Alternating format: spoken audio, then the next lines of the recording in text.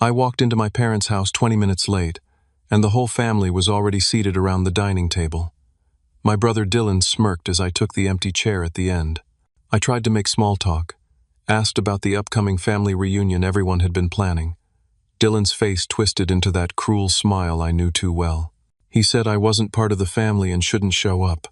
The table erupted in laughter. My parents, my sister Rachel, Dylan's wife Heather, all of them laughing like it was the funniest joke they'd ever heard. I sat there frozen, fork in hand, unable to move. Nobody said a word in my defense. I quietly stood up, grabbed my jacket, and walked out the door without looking back. The drive home felt like it took hours, even though I only lived 15 minutes away. My phone started buzzing before I even reached the highway. I glanced down at the screen and saw the family group chat lighting up with messages. Dylan had written something about me being too sensitive. Rachel added a laughing emoji. My mother sent a message saying I was being dramatic and should come back to finish dinner. I turned my phone face down on the passenger seat and kept driving. This wasn't new. I'd been the black sheep of the family for as long as I could remember. Dylan went to law school at Georgetown, graduated with honors, married Heather, who came from old money in Connecticut. Rachel married a financial advisor and moved into a house with a 3-car garage in the suburbs. Me? I started a construction company with my buddy Marcus right after community college. We built decks, renovated kitchens, did commercial projects when we could get them. It was honest work and I was proud of it, but to my family, I was just the guy who worked with his hands while they worked with their minds. My phone kept buzzing.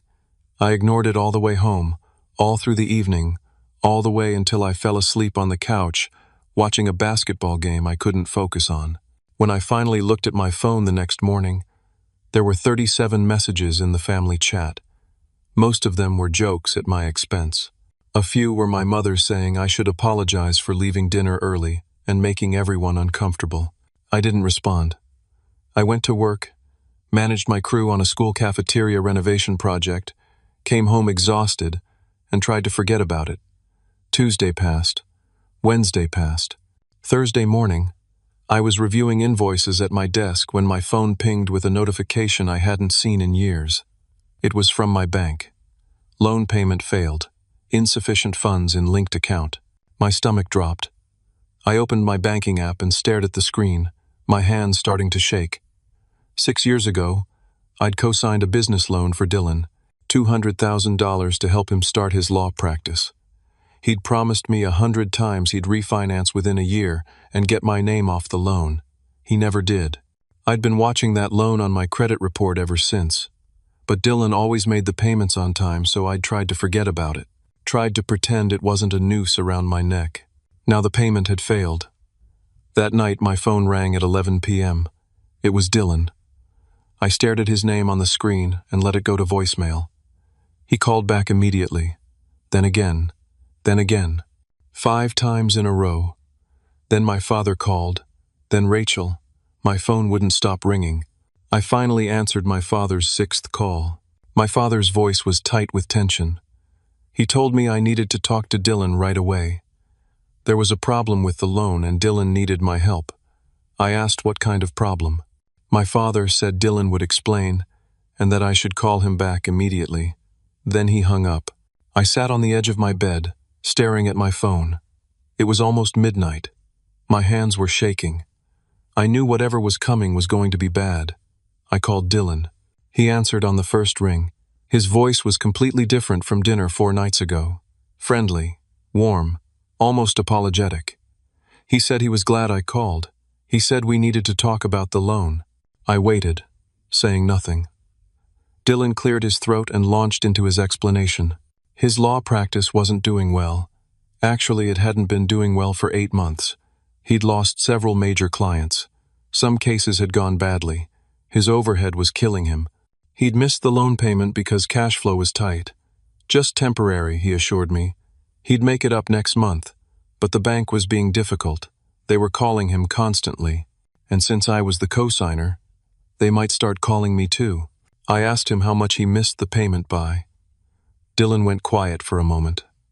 Then he said it wasn't just 1 payment, it was 3. He'd been juggling things, moving money around, but the bank had caught on. They wanted $53,000 immediately. 3 missed payments plus penalties and fees. My mouth went dry. $53,000. I asked Dylan why he didn't tell me sooner. He said he didn't want to bother me. He'd been trying to handle it himself. I asked him how he planned to handle it now. Another long pause. Then Dylan said that's why he was calling. He needed my help. I told him I didn't have $53,000 sitting around. He knew I ran a small business on tight margins. Dylan's tone shifted slightly. He said I must have savings. I must have credit lines. He said he'd been making payments on this loan for 6 years and now he needed me to step up. I reminded him he'd promised to refinance and get my name off the loan within a year. That was 6 years ago. Dylan's voice got harder. He said circumstances changed. The market was different. His practice needed time to stabilize. He couldn't refinance right now. I asked him what happened to all the guaranteed contracts he'd told me about 6 years ago, the ones that were supposed to make his practice a sure thing. Dylan got defensive. He said those contracts fell through. Business was unpredictable. He couldn't have known. I asked him when he was planning to tell me the loan was in trouble. He said he was telling me now. Then Dylan's tone changed completely. The friendly warmth evaporated. He said I owed the family. He reminded me of all the times they'd helped me. I asked him what times. He couldn't name a single one. He just repeated that family helps family, and right now he needed help. I told him I'd see what I could do, but I couldn't promise anything. Dylan said, I'd better figure it out because if this loan defaulted, it would destroy both of us. Then he dropped the real bomb. He told me the family reunion I'd asked about at dinner, it wasn't just a reunion, it was an announcement party. Our parents were retiring and giving their vacation property in Lake Tahoe to him and Rachel. They'd decided months ago. I was never going to be included. They'd planned the whole thing without telling me. Dylan said I should know my place in this family by now. I hung up without saying another word. My heart was pounding. My hands were shaking so badly I could barely hold the phone. I opened my laptop and logged into my bank accounts. I had $31,000 in savings. Not enough. My business credit line was maxed out from equipment purchases we'd made 3 months ago. I had maybe $5,000 in available credit across all my credit cards. I was trapped. Dylan had trapped me 6 years ago when he begged me to co-sign that loan, and now he was calling in the debt. Not just the money, the emotional debt, the family obligation, the unspoken rule that I was supposed to sacrifice for them because that's what the black sheep does. He takes the hits so the golden children can shine. I didn't sleep that night. I lay in bed staring at the ceiling, running through scenarios in my head. None of them ended well. At 6 in the morning, I called a lawyer I knew named Trevor. I told him I needed to see him immediately. He heard the panic in my voice and told me to come to his office at 8. Trevor's office was in a small building downtown, 3rd floor, no receptionist. He made his own coffee and kept his overhead low. I'd worked with him a few times on construction contract issues. He was straightforward and didn't waste time. I showed him the loan documents I'd printed out the night before. Trevor put on his reading glasses and went through every page in silence. His expression got darker with each page he turned. Finally, he set the papers down and looked at me. The news was worse than I'd thought. Trevor pointed to a clause buried in the middle of page 7, joint and several liability. It meant the bank could pursue me for the entire remaining balance of the loan, not just the missed payments. $178,000. Dylan had structured it this way deliberately. Trevor said Dylan's LLC protection meant the bank would absolutely come after me first because I was the easier target. I had personal assets, a house, a business. I was exposed in every direction. I asked Trevor what my options were. He leaned back in his chair and listed them. I could pay the $53,000 immediately, which I didn't have. I could file bankruptcy, which would destroy my business, cost me my house, and ruin my credit for years.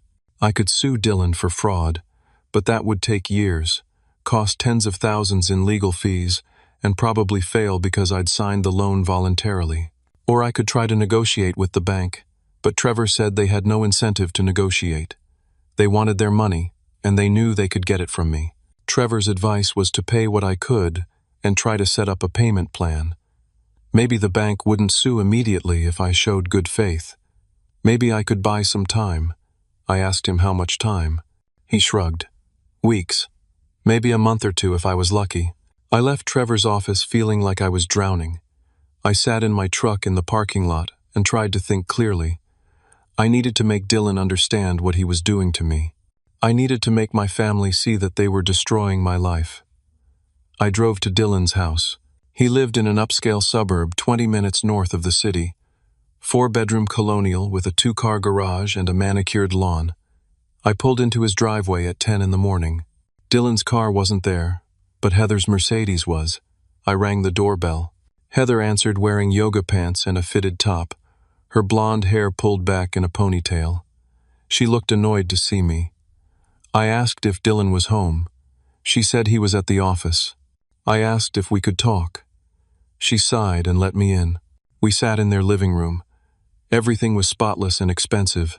Leather furniture, hardwood floors, a gas fireplace that probably cost more than my truck. I told Heather I needed to talk to her about the loan. She cut me off immediately. She said she knew all about it. She'd been managing Dylan's practice for the past year. She handled all the finances. I asked her if she understood what this was doing to me.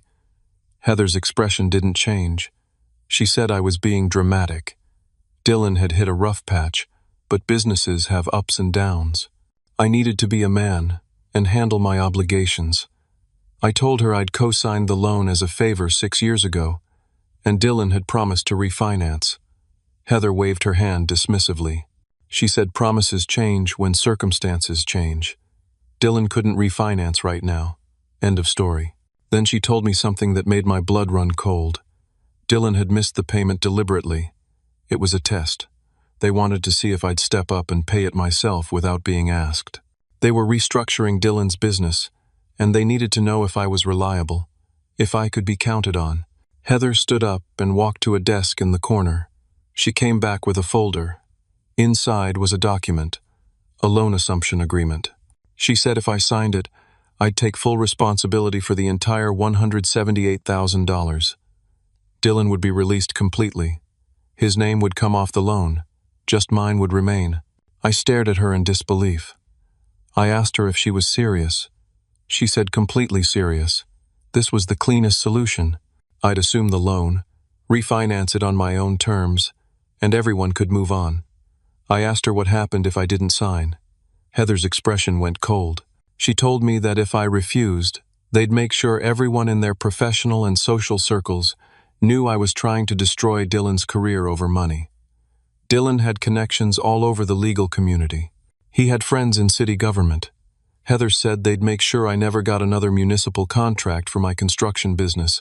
They'd ruin my reputation, make sure everyone knew I was the kind of person who turned on family when things got difficult. I stood up. I told Heather she and Dylan could go to hell. I walked toward the door. She called after me, saying I was making a huge mistake. I didn't respond. I got in my truck and drove away, my whole body shaking with rage. That evening, I was sitting at home trying to figure out my next move when I checked social media. Dylan had posted something an hour ago. It was vague but pointed.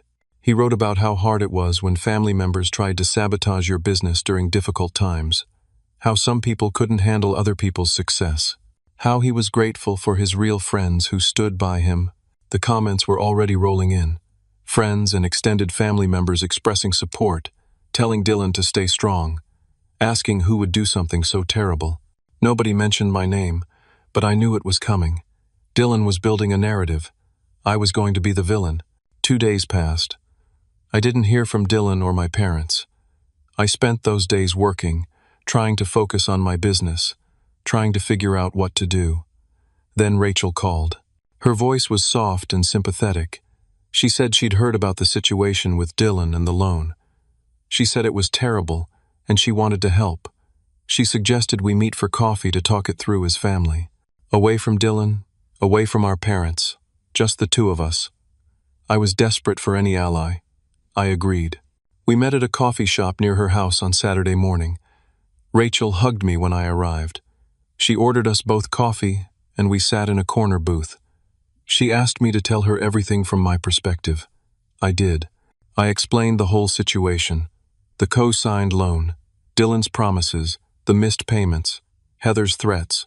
Rachel listened, nodding sympathetically, asking questions. She seemed genuinely concerned. I told her I felt trapped. I told her I didn't have the money to pay off the loan. I told her Dylan was trying to destroy my business if I didn't cooperate. Rachel reached across the table and squeezed my hand. She said she understood. She said she'd talk to Dylan. She'd try to help mediate. She asked if she could record our conversation, just so she had the details straight when she talked to him. I said sure. I should have known better. I should have seen it coming. But I was desperate, and she was my sister. That afternoon, the family group chat exploded. Rachel had posted an audio recording, but it wasn't the full conversation. She'd edited it, cut it up, made it sound like I was demanding money from Dylan, like I was threatening to ruin him. In the edited version, I sounded vindictive and cruel.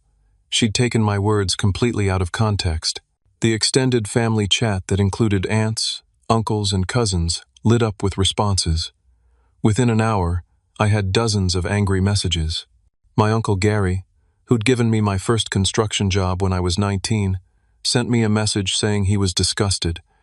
He said he never wanted to speak to me again. Cousins I'd grown up with called me a traitor, called me greedy, said they couldn't believe I'd treat Dylan this way. My mother sent a text. She said she didn't raise me to be this kind of person. She said family was supposed to support each other, not tear each other down. She said I should be ashamed. I tried to defend myself. I sent messages explaining what really happened. Nobody believed me. Rachel had gotten to them first. She'd controlled the narrative. I was the villain now, and nothing I said would change that. Then Trevor called.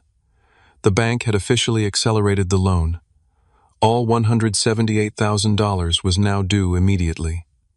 They'd filed a formal demand. If I didn't pay within 30 days, they'd sue. Trevor said Dylan's lawyer had been feeding information to the bank, making me look like a flight risk, making it seem like I was trying to dodge responsibility. I asked Trevor how Dylan's lawyer even knew to do that. Trevor said Dylan's lawyer was probably coordinating the whole thing. They were building a legal case to force me into bankruptcy, or force me to sign over assets. The next blow came 2 hours later. I got a call from the city procurement office. One of my contracts, a school renovation worth $80,000, was under review. Irregularities in the bidding process, they said. They needed to verify everything before proceeding. The procurement officer's name was Nathan Bradley. I looked him up. He'd gone to law school with Dylan. Then 2 of my private clients called within an hour of each other. Both said they needed to postpone their upcoming projects. Family issues, budget concerns, vague excuses. I knew what was happening. Dylan was using his connections to strangle my business. That night, my business partner Marcus called. He wanted to meet first thing Monday morning. His voice was tense. He said we needed to talk about the future of the company. I asked him what he meant. He said we'd talk Monday. I barely slept that weekend. Monday morning, Marcus came to our office early. We sat across from each other at the conference table we'd bought used 5 years ago when we first started making real money. Marcus looked uncomfortable.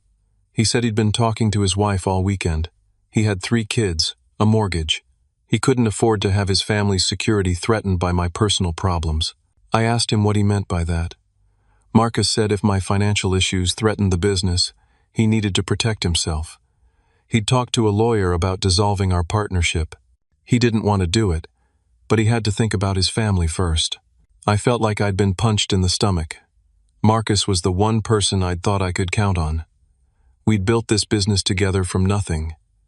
We'd worked 70-hour weeks, survived recessions, competed against bigger companies.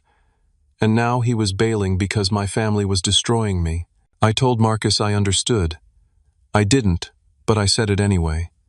We agreed to talk more later in the week. He left. I sat alone in the office, surrounded by project plans and contracts and photos of buildings we'd worked on. Everything I'd built was crumbling. My family had won. They'd isolated me completely, turned everyone against me.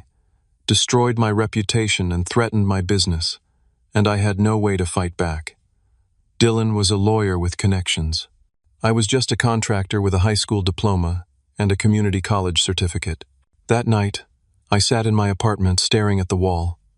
I had 3 options: pay money I didn't have, sign away my business, or lose everything in bankruptcy. Dylan had backed me into a corner with no way out. I thought about just giving up, just letting it all collapse, starting over somewhere else with nothing. Then my phone buzzed. A message on LinkedIn from someone I didn't know. His name was Craig Thompson. The message said he'd heard through mutual connections that I was having problems with Dylan Miller. He said Dylan had screwed him over too. He said we should talk. He said he might have information that could help me. I stared at the message for a long time. It could be a trap, another one of Dylan's moves. But what did I have to lose? I sent Craig my phone number. He called 5 minutes later. Craig's voice was careful and measured. He told me he'd been a client of Dylan's 3 years ago, business litigation case. Dylan took a $70,000 retainer and promised aggressive representation, then did almost nothing. Let the case drag on. Let it settle for a fraction of what Craig could have won. And when Craig asked for the unused portion of his retainer back, Dylan refused, said it had been spent on research and preparation. Craig knew it was a lie. I asked Craig why he was telling me this. He said he'd filed a bar complaint against Dylan. It went nowhere. Dylan had friends on the grievance committee. They buried it, called it a fee dispute, and suggested Craig take it to arbitration. Craig couldn't afford to pursue it further. He had to walk away.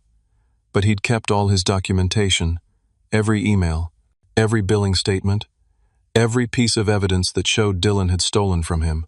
Craig said he'd been waiting for years for someone to take Dylan down. When he heard through a mutual friend that Dylan's brother was having problems with him, Craig reached out. He wanted to help.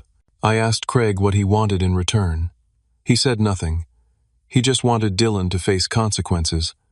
I didn't know if I could trust him, but I didn't have any other options. We agreed to meet the next day. That night, I barely slept. I kept thinking about what Craig had said. If Dylan had stolen from one client, maybe he'd stolen from others.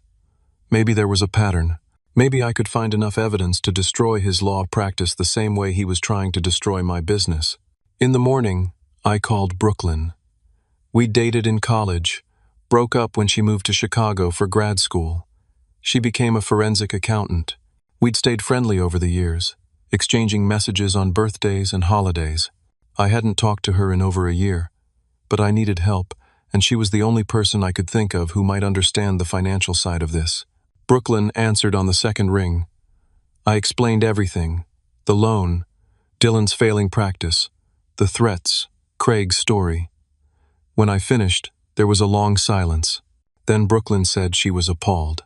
She said, what Dylan was doing wasn't just unethical, it was probably criminal. She said if his practice was really failing, there was likely evidence of financial crime somewhere, commingling funds, fraudulent billing, something. I asked her if she could help. She said absolutely. She wouldn't charge me anything up front. If we found something useful, we'd figure out payment later. Right now, she just wanted to help. I almost cried with relief. Brooklyn said she needed access to Dylan's business records. I told her that was impossible. She said maybe not. She asked if Dylan's wife managed the practice. I said yes. Brooklyn said she had an idea. She'd create a fake consulting company and reach out to Heather, offering free practice management analysis. Small law firms were struggling everywhere. Heather might bite if she was desperate enough. I thought it was a long shot, but Brooklyn said it was worth trying. She spent the afternoon building a fake website and a professional email address. The next morning, she reached out to Heather through LinkedIn. The message was perfectly crafted, sympathetic, professional, offering help with no strings attached. Heather responded within 24 hours. She was interested.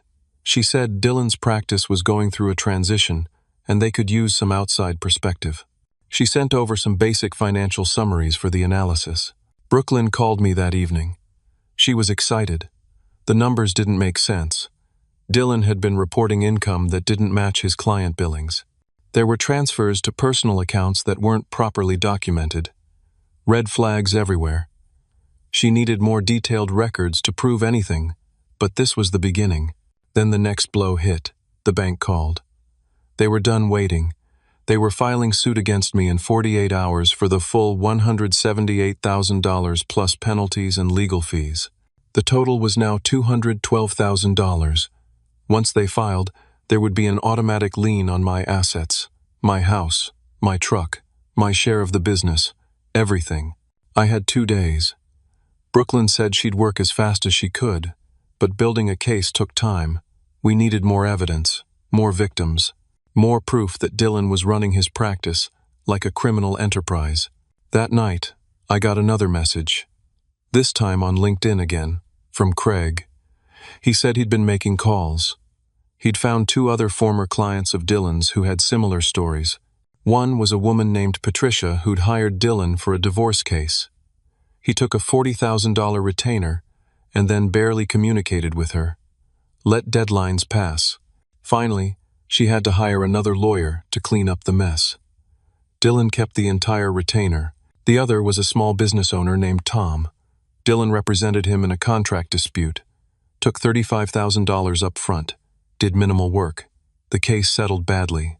Tom asked for an accounting of how his retainer was spent. Dylan sent a vague bill with no detail. Tom filed a bar complaint too. It went nowhere. Craig said both Patricia and Tom were willing to talk to me. They'd kept their documentation. They wanted Dylan held accountable. I called Brooklyn immediately. She said this was huge. Multiple victims with the same pattern meant we could build a fraud case, but we still needed Dylan's actual business records. We needed to prove he was systematically stealing from clients and hiding the money. I met with Craig, Patricia, and Tom the next day. We sat in a conference room at a library, spreading documents across the table. The pattern was obvious.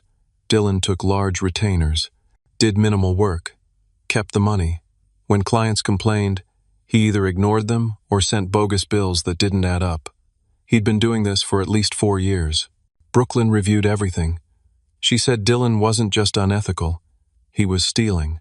And if he was commingling client funds with personal accounts, that was a serious crime. Lawyers have to keep client money separate. If Dylan was mixing it all together, he could lose his license and face criminal charges. But we still needed proof. We needed his trust account records. We needed his actual financial statements. We had 36 hours before the bank sued me. I decided to try something desperate. I called Dylan. I told him I had evidence of fraud and theft. I wanted to meet, just the 2 of us, no lawyers. Dylan was quiet for a moment. Then he laughed. He said I was bluffing, but he agreed to meet, probably thought I was coming to beg.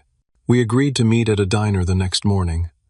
I had 1 day left before the bank sued me, 1 chance to get Dylan to back down, or 1 chance to get him to confess on tape. That night I couldn't sleep. I kept rehearsing what I'd say, how I'd play it. Brooklyn told me to stay calm, let Dylan talk. People like him couldn't help but brag when they thought they'd won. The next morning came too fast. I drove to the diner, my hands sweating on the steering wheel. This was it. Everything came down to the next hour. I got to the diner 15 minutes early, sat in a booth in the back, ordered coffee I couldn't drink. My stomach was in knots. Dylan walked in exactly on time, looking confident. He wore an expensive suit. His hair was perfect. He slid into the booth across from me with a smug smile. He asked if I was ready to stop embarrassing myself, asked if I'd finally come to my senses. I didn't answer. I just slid a folder across the table. Dylan opened it. Inside was a summary Brooklyn had prepared. Details about Craig, Patricia, and Tom, the stolen retainers, the pattern of fraud, the evidence we'd collected. Dylan's face changed. The smugness vanished. His skin went pale. He stared at the papers for a long time. Then he looked up at me. His jaw was tight. He asked where I got this. I told him I'd been doing my homework, talking to his former clients. They'd been very helpful. Dylan's hands started shaking. He tried to play it off, said it was all lies, fee disputes, misunderstandings. Every lawyer dealt with unhappy clients. I told him we had documentation, emails where he promised work he never did, bills that didn't match time records, bank statements showing transfers from his trust account to his personal account. That last part was a bluff. We didn't have his bank statements yet, but I wanted to see his reaction. Dylan's face went white. He grabbed the folder, tried to close it. I told him there were copies. Brooklyn had everything. So did Craig. So did Patricia and Tom.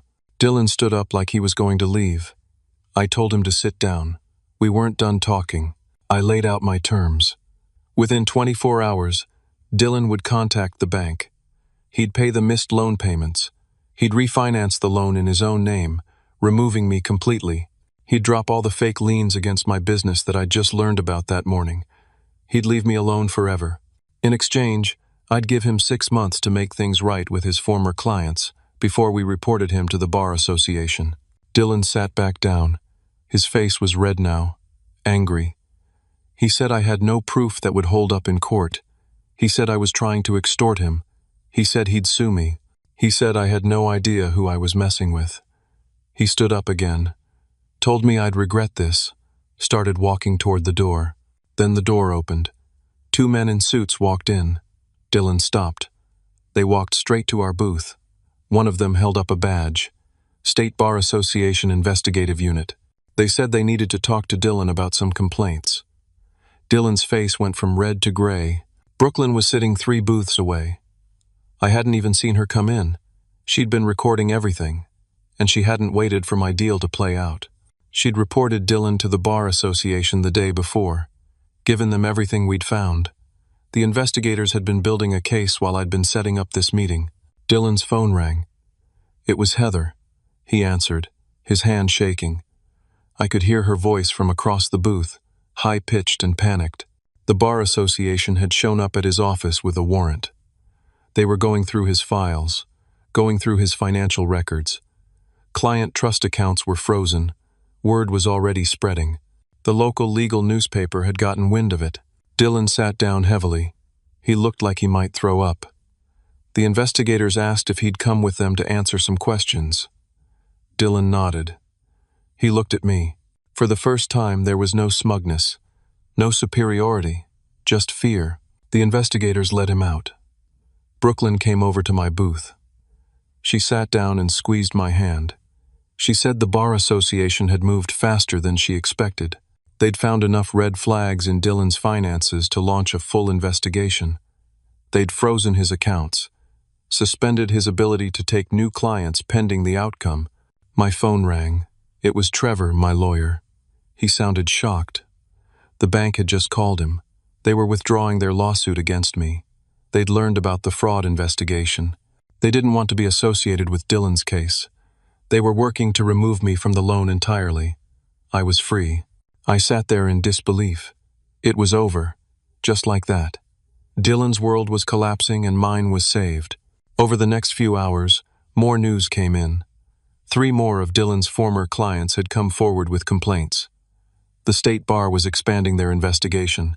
Dylan's malpractice insurance carrier was notified. They were reviewing whether to drop him. Several former clients were filing civil lawsuits. That evening, my phone rang. It was my mother. Her voice was shrill. She was almost crying. She asked what I'd done. She said Dylan was destroyed. His practice was finished.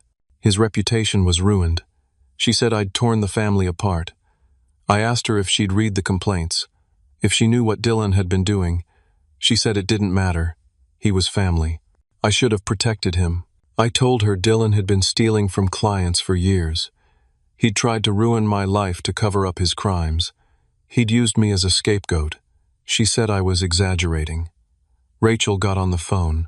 She was crying too, screaming at me, saying I'd destroyed Dylan out of jealousy, that I'd never forgiven him for being more successful. I hung up. I blocked both their numbers. I was done. 2 days later, more information came out. The Bar Association had found evidence that Dylan had been commingling client funds for years, using new client retainers to pay old client bills. It was a classic Ponzi scheme structure. When new clients stopped coming in, the whole thing collapsed. That's why he'd missed the loan payment. He didn't have any money left. He'd been robbing Peter to pay Paul, and he'd run out of Peter's. The business loan I'd co-signed? Part of it had been funded with client trust account money. That was a massive ethics violation. Criminal, even. Dylan hadn't just failed to pay back a legitimate business loan. He'd stolen client money to start his practice. Brooklyn found more. Dylan had been inflating his income on refinance applications for years, lying to banks about his earnings. That was loan fraud. The whole empire was built on lies and theft. Then my phone rang again. A number I didn't recognize. I almost didn't answer. But something made me pick up. It was my father. His voice was quiet, defeated. He said he'd been going through Dylan's files. My mother had asked him to help Dylan organize his defense. But what he'd found had shocked him. He'd seen the evidence. The stolen money, the lies, the fake bills. He said he hadn't known. None of them had known. I didn't say anything. I just listened. My father said Dylan had lied to all of them, told them his practice was thriving, that he was turning away clients, that I was just jealous and trying to sabotage him. They'd believed Dylan because he was successful, because he was the golden child, because they'd never thought to question him. My father said he was sorry. He said they should have listened to me. He said he understood if I never forgave them. I told him I needed time. I hung up. 2 days after that, I got another call. This one from my parents' estate lawyer. His name was Donald. He said there was a problem with the Lake Tahoe property. Because of Dylan's legal troubles and potential criminal liability, any assets transferred to him in the next few years could be seized by creditors or by victims in civil suits. Transferring the property to Dylan now would be reckless. It could be seen as an attempt to hide assets. The lawyer was recommending they not give the property to anyone right now. Maybe sell it instead. But my parents had asked a different question. If they couldn't give it to Dylan, would it be better to give it to me? I was clean. No legal troubles. No debt problems. I'd actually helped expose Dylan's crimes. Donald said he'd been asked to reach out and see if I was interested. I sat with that phone call for a long time. The Lake Tahoe property was worth about $800,000. My parents had bought it 30 years ago for a fraction of that. It had been their dream retirement spot. And now they wanted to give it to me? After everything? I called Donald back. I told him I wasn't interested. I didn't want anything from my parents. Not their property, not their money, not their guilt-driven attempts to make things right. He said he understood. He'd let them know. That night, Brooklyn came over. We sat on my couch drinking beer and watching the city lights through my apartment window. She asked me how I felt. I told her I didn't know. Relieved, angry, sad, all of it at once. She said I'd done the right thing. Dylan had been hurting people for years. I'd stopped him. That mattered. I told her it didn't feel like victory. It felt like I'd burned down my whole family to save myself. She said sometimes that's what survival looks like. The next week moved like a landslide. More of Dylan's victims came forward. The Bar Association's investigation expanded. Local news picked up the story. A lawyer accused of stealing hundreds of thousands of dollars from clients was big news. Brooklyn and Craig had become a team. They were documenting everything, building a comprehensive case. They'd found 7 victims total. The amount Dylan had stolen was over $400,000. Some of it he'd spent on his house, his cars, his lifestyle. Some of it had just disappeared into personal accounts. None of it had gone where it was supposed to go. The business loan I'd co-signed was just one piece of the puzzle. Dylan had taken out multiple loans using false income information. He'd lied to banks, to clients, to everyone. His whole professional life was a house of cards. Then the criminal charges came. The district attorney's office announced they were investigating Dylan for theft, fraud, and misappropriation of client funds. If convicted, he could face prison time. Real prison time. Not just disbarment. Not just civil penalties. Actual criminal consequences. Heather filed for divorce.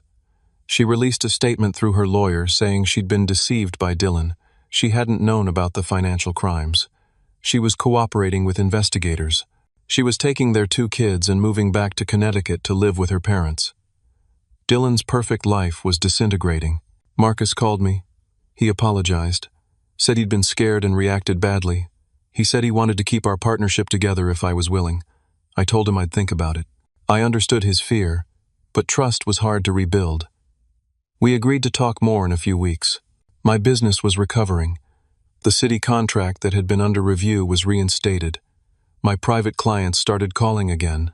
People were reading about what happened. They understood now that I'd been the victim, not the villain. My reputation was being restored, but my family was a different story. My mother called several times. I didn't answer. She left voicemails saying they needed to talk, saying we needed to figure out how to move forward. I wasn't ready for that conversation. Rachel sent me a text, a long one. She apologized for the edited recording, said she'd been manipulated by Dylan too, said she hadn't known the truth. I didn't respond. Her apology felt hollow. She'd been so quick to throw me under the bus, so eager to believe the worst about me. That didn't happen in a vacuum. 3 weeks after everything exploded, the Bar Association made their decision. Dylan's license was suspended indefinitely pending the outcome of the criminal investigation. He was forbidden from practicing law. His practice was officially dissolved. His former clients were referred to the state's Client Protection Fund to seek reimbursement for stolen money. Dylan moved back in with our parents. Heather had taken everything in the divorce filing, the house, the cars, custody of the kids. He had nothing left. He was living in his childhood bedroom at age 39, facing criminal charges, his career destroyed, his reputation in ruins. I should have felt satisfied. This was justice. He tried to destroy me, and instead destroyed himself. But mostly I just felt tired and sad. This was my brother. I'd looked up to him when we were kids. I'd wanted his approval, his respect. Instead, I'd gotten betrayal and cruelty, and now I'd played a role in bringing him down. Brooklyn reminded me I hadn't destroyed Dylan. He'd destroyed himself. I just refused to let him take me down with him. There was a difference. A month after the Bar Association's decision, my father called again. He asked if I'd come to dinner. Just him and my mother. No Dylan, no Rachel. He said they needed to talk to me, needed to explain some things. I agreed. I drove to their house on a Sunday evening. It felt strange walking through that door. The last time I'd been there was the night Dylan humiliated me at dinner. The night this all started. That felt like years ago. My parents were in the living room. They both looked older, tired. My mother had been crying. My father stood up when I walked in. He hugged me. That surprised me. We weren't a hugging family. We sat down. My mother started talking. She said they'd been blind. They'd favored Dylan his whole life, put him on a pedestal, made excuses for him. They'd done the same with Rachel. But with me, they'd been critical, dismissive. They'd treated my accomplishments like they didn't matter because I hadn't followed their preferred path. Law school, graduate degrees, professional careers. I'd chosen a different road and they'd punished me for it. She said they were sorry. She said they'd failed me as parents. She said they understood if I couldn't forgive them. My father said they'd been talking to a family therapist, trying to understand how things had gotten so broken. The therapist had helped them see patterns they'd been blind to for decades. The golden child, the scapegoat, the family dynamics that had poisoned everything. He said they wanted to do better. They wanted to rebuild. But they understood it would take time. They understood I might not be willing to try. I sat there listening. Part of me wanted to yell at them, to list every time they'd chosen Dylan over me, every time they'd laughed at my expense, every time they'd made me feel like I wasn't good enough. But another part of me was just exhausted. Yelling wouldn't fix anything. It wouldn't change the past. I told them. I appreciated the apology. I told them I needed time. I wasn't ready to pretend everything was fine, but I wasn't cutting them off completely either. We'd take it slow, see how things went. They nodded. They said they understood.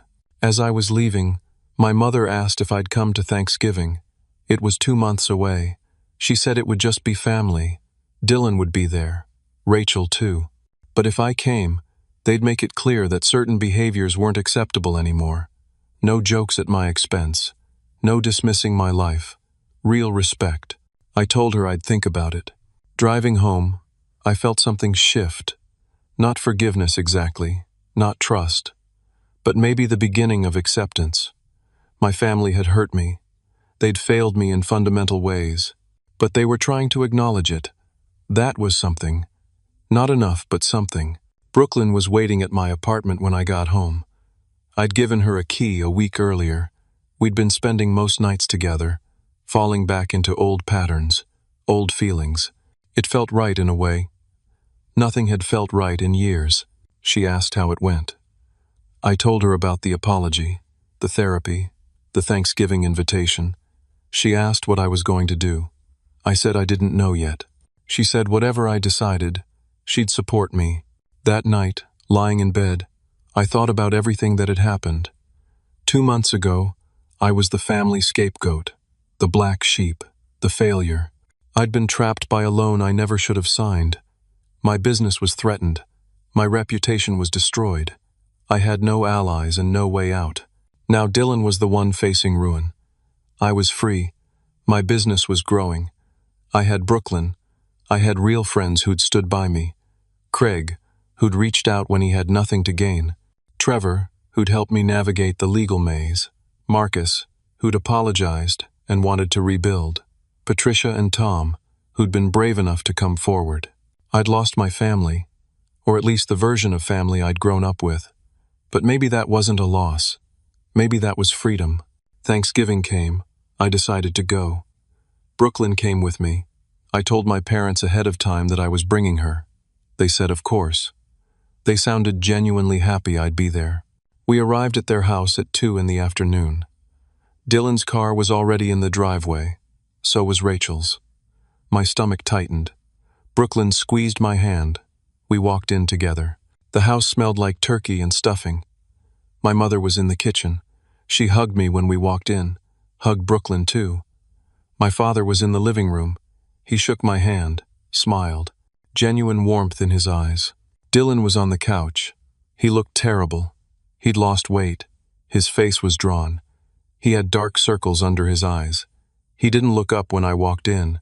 Rachel was sitting in a chair by the window. She gave me a tight smile. It didn't reach her eyes. Dylan's daughter, Emily, ran up to me. She was 8 years old. Blonde hair and pigtails. She hugged my legs and asked where I'd been. She said she missed me at family dinners. My throat tightened. I told her I'd been busy with work. We sat down for dinner. The table was set nicely. My mother had made all the traditional dishes: turkey, mashed potatoes, green bean casserole, cranberry sauce. For a while, everyone just ate in silence. It was awkward, heavy. Then Emily asked the question that broke everything open. She looked at me with those big, innocent eyes and asked why I didn't come to family events anymore, why I was never around. The table went silent. Everyone stopped eating. My mother looked panicked. My father stared at his plate. Dylan's face went red. Rachel looked away. I could have lied, could have made up something easy. But I was done with easy lies. I looked at Emily and spoke gently. I told her sometimes people and families hurt each other. And when that happens, you have to protect yourself. It doesn't mean you stop loving them, but you have to love yourself more. You have to choose your own peace and safety first. My mother started to say something. My father put his hand on her arm. She stopped. Dylan stared at his plate. His hands were shaking. Rachel's eyes were wet. My father cleared his throat. He looked at me and said quietly, "We should have listened to you. We should have protected you. I'm sorry." It wasn't a full apology. It wasn't everything I needed. But it was something. It was acknowledgement. It was the first time my father had ever validated my pain in front of the whole family. The rest of dinner was quiet, but less tense. Emily chattered about school. My mother asked Brooklyn about her work. My father talked about a documentary he'd watched. Normal things, surface things. But there was an understanding underneath it all. Things had changed. The old dynamics were broken. What came next was uncertain. After dinner, I told my parents I'd come to future events, but only under certain conditions. They had to acknowledge what Dylan had done was wrong. They had to stop expecting me to pretend it didn't happen. They had to treat me with respect, not as the black sheep, not as the family failure, as an equal. They agreed. They said they'd try. They said it would be a process. I said I knew. I said I was willing to try if they were. We left it at that. Driving home with Brooklyn, I felt lighter than I had in months, maybe years. She asked me how I felt. I told her I felt free. I'd spent 32 years trying to earn love from people who were never going to give it freely. I thought if I was helpful enough, successful enough, quiet enough when they mocked me, they'd finally see my worth. But that's not how it works. Real family, the people who truly matter, they see your worth without you having to prove it. They don't make you earn basic respect and kindness. Dylan didn't just try to steal my money. He tried to steal my dignity, my reputation, everything I'd built. And he almost succeeded because I was still operating under old rules. The rules that said family loyalty meant absorbing their cruelty in silence. The rules that said I was supposed to sacrifice myself so the golden children could shine. The moment I fought back, I lost almost everyone. And that was okay, because what I lost wasn't real to begin with. You can't lose something you never actually had. I learned that protecting yourself isn't betrayal. Setting boundaries isn't cruelty. Walking away from people who hurt you isn't weakness. It's the strongest thing you can do. Some families are bound by love and respect. Others are bound by obligation and guilt. I finally understood the difference, and I chose to build something better. Dylan's still my brother. My parents are still my parents, but they're no longer the center of my universe. I am. The people who love me for real, they are. Brooklyn, Craig, the friends who stood by me, the employees who depend on me, the clients who trust me. That's my family now. And that reunion they didn't want me at, I threw my own. Filled it with people who actually wanted me there. Best decision I ever made. Sometimes the family you need isn't the one you're born into. Sometimes you have to build it yourself, one honest relationship at a time. And when you do, you realize you were never the problem. You were just in the wrong room. I walked out of that dinner 6 months ago with nothing but humiliation. Today, I have everything that actually matters. Funny how that works. The reunions whenever I say it is. And everyone there actually wants me to show up. 6 months later, my business was thriving. Marcus and I had rebuilt our partnership on stronger ground. We'd hired 3 new employees. We'd landed 2 major commercial contracts. The school renovation project that had been under review became one of our showcase projects. Word of mouth brought new clients every week. Brooklyn and I moved in together, got a place with big windows and enough room for both of us to work from home when we needed to. She'd started her own forensic accounting firm, specialized in uncovering financial fraud.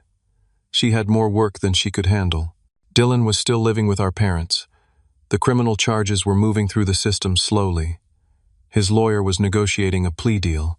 He'd probably avoid prison but would have to make restitution to his victims, pay back what he stole. He'd never practice law again. His life as he'd known it was over. I didn't take pleasure in that. It was just reality. Actions have consequences. He'd spent years stealing and lying. Now he was paying the price. Rachel and I talked occasionally. She'd apologized several times, said she'd been wrong, said she'd been caught up in Dylan's lies and had been too quick to judge me. We were working on rebuilding trust. Slowly, carefully. But at least we were trying. My parents and I had dinner once a month, sometimes at their house, sometimes at a restaurant. We talked about safe things, work, weather, sports. We didn't dig into the deep stuff. Maybe we would someday. Maybe we wouldn't. But the relationship was civil, respectful. That was enough for now. The Lake Tahoe property? They sold it. Used some of the money to help Dylan pay his victims. Used the rest for their retirement. They'd offered to give me some of it. I declined. I didn't want their money. Didn't need it. My business was doing fine. I was building my own wealth, my own legacy. Craig and I stayed in touch. He'd become a friend. We grabbed lunch every few weeks. talked about business, life, sports. He'd found peace knowing Dylan had faced consequences. Justice mattered to him. It mattered to me too. Looking back, I could see how close I'd come to losing everything. If Brooklyn hadn't helped, if Craig hadn't reached out, if I'd signed that loan assumption agreement, if I'd let Dylan and my family bully me into silence, everything I'd built would be gone. But I didn't let that happen. I fought back. I found allies. I exposed the truth.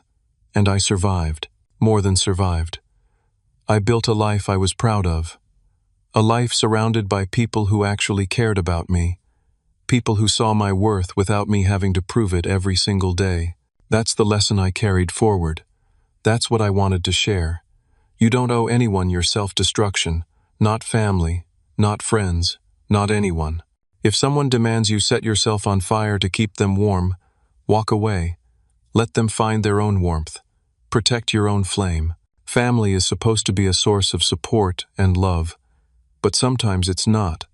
Sometimes it's a source of pain and obligation, and when that happens, you have the right to choose yourself, to build boundaries, to walk away if necessary. I didn't tear my family apart. Dylan did that himself. I just refused to let him take me down with him. There's a difference. And to anyone out there dealing with something similar, dealing with family members who use you, who disrespect you, who treat you like you're less than them, I want you to know this. You're not crazy. You're not being dramatic. Your feelings are valid. Your boundaries are necessary. And walking away is sometimes the healthiest thing you can do. You deserve people in your life who celebrate your successes instead of diminishing them, who support you in hard times instead of kicking you when you're down, who see your worth without you having to constantly prove it. If your family of origin isn't giving you that, build a chosen family. Find your people, the ones who show up, the ones who listen, the ones who have your back. Those are the relationships that matter. Those are the ones worth fighting for. I spent decades believing the lie that blood is thicker than water, that family loyalty meant endless tolerance for cruelty.